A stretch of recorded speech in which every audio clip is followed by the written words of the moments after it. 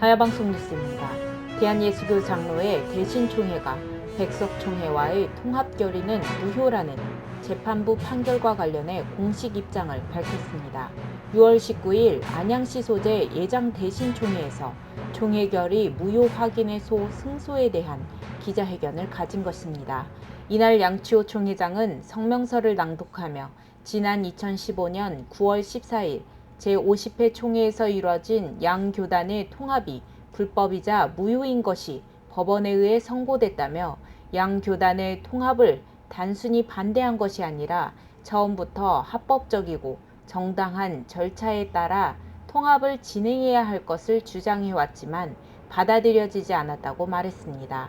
소송을 제기한 것은 통합을 무산시키기 위한 것이 아니라 불법으로 인해 혼란에 빠진 교단의 질서를 바로잡기 위한 것이었습니다. 교회는 비법인 사단이기에 총 구성원의 4분의 3 이상이 동의해야만 통합이나 해산의 절차가 이뤄질 수 있습니다.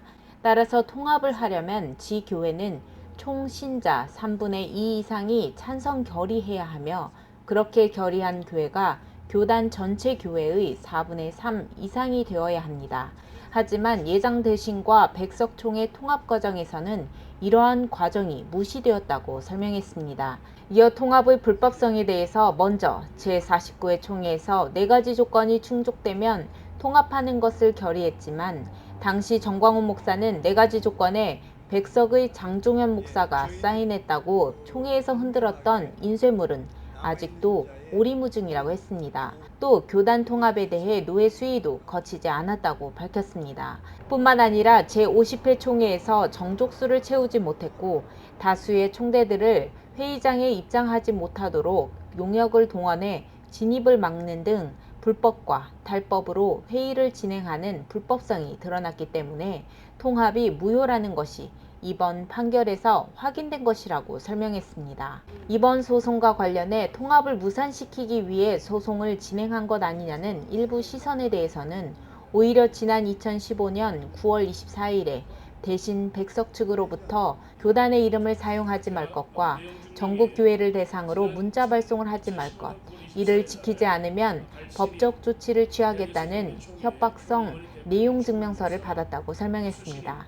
결정적으로는 한 교연의 기득권에 위치해 있던 대신 백석 측은 본 교단이 속해 있던 한국교회연합 활동을 더 이상 하지 못하도록 저지했고 국방부, 군선교연합회, 안양대학교와의 관계를 단절시키려는 행동을 보이는 등 불법적인 행동을 감행했기 때문에 소송을 제기할 수밖에 없었다고 설명했습니다.